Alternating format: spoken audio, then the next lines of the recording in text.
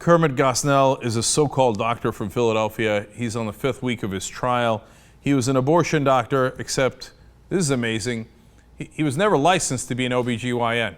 In fact, he failed his residency. He said, who cares? I'm going to start providing abortions anyway. That was back in 1979.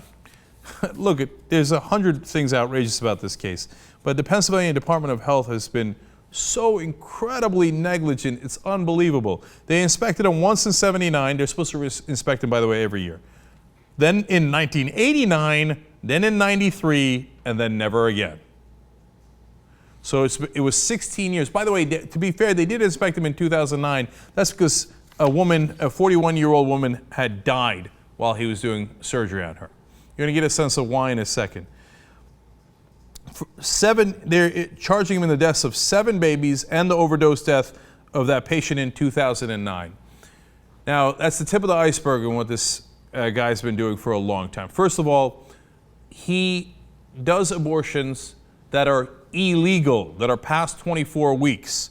You're not allowed to do those abortions. Why?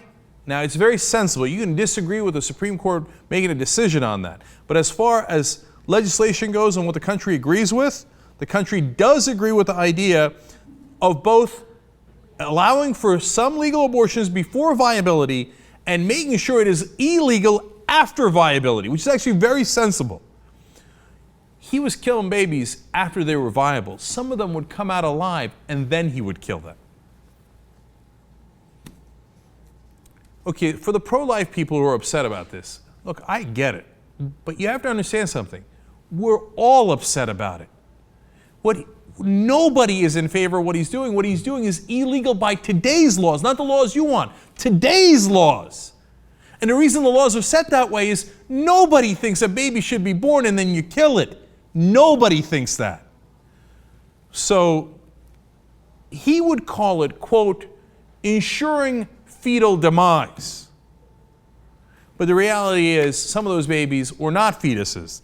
They were already born. They were alive. Now here's where it gets gruesome. He would tell either he would do it or he would tell his unlicensed practitioners there to cut the babies' necks with scissors and cut their spinal cords until they were dead. 40% of the clinic's abortions occurred after 24 weeks. 40% illegal after the kids were viable. To give you a sense of how sick this guy is, when they finally raided his clinic, not only was it blood-soaked, urine-soaked, animal feces, cat feces all over the place, but when they looked at the refrigerator, he had dozens of the baby's feet stored there.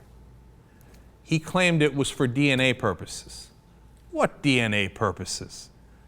And you couldn't find a way to keep their DNA otherwise? And how has that helped you in your trial? No, this man was deeply disturbed, deeply sick. And by the way, here's a really unfortunate, part of this story. We didn't even catch him because of the illegal abortions. We didn't catch him for the murder. In fact, after the woman had died in 2009 in his clinic, they didn't even really bring down heat on him for that. We only caught him because it turns out he was selling too many prescription drugs to addicts and to dealers. Oh, wow, war on drugs. Wait, wow, you did something serious. Because of the so-called war on drugs, then they go after him, and then they find out this house of horrors. Let me give you one more description here. I'm telling you, I'm sorry, but this is all gruesome.